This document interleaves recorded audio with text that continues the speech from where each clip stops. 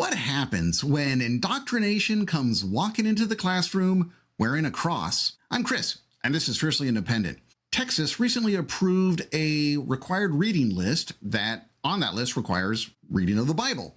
Now, the obvious question I have is, when people rage against indoctrination in our classrooms, what do they call this? Because I'd say this is exactly what religious extremism in politics looks like. Religious extremism doesn't just show up one day saying, here's your theocracy. It shows up saying, we're here to restore values, teach heritage, protect morals. But the moment the government starts to decide that one sacred text is more important than others, this stops being about education and starts being about power. And that's where the separation of church and state matters. Not because religion is bad or that students shouldn't learn about the Bible. They should. The Bible is historically, culturally, and literarily important. So too is the Quran, the Torah, as well as Hindu, Buddhist, and other religious texts that have shaped many civilizations. And here's the hypocrisy.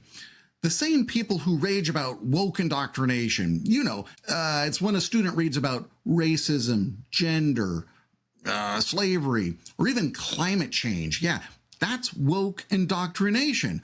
But when the state pushes Christianity into the classroom, somehow that's different.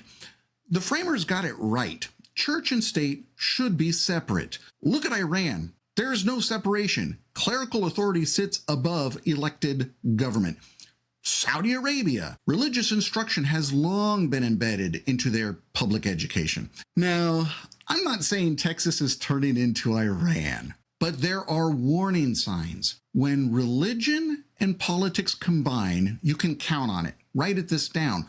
Rights will disappear for those outside of the favored faith. So here's the test. Would the same politicians in Texas support mandatory Quran readings? Of course not. And that's how you spot extremism. It's not about religious liberty. It's about whose religion gets government endorsement. What do you think? Where do you think we should draw the line on indoctrination? Put your comments in down below. Love to hear it. With that, have a great day. Stay fierce. Stay independent. Talk to you soon.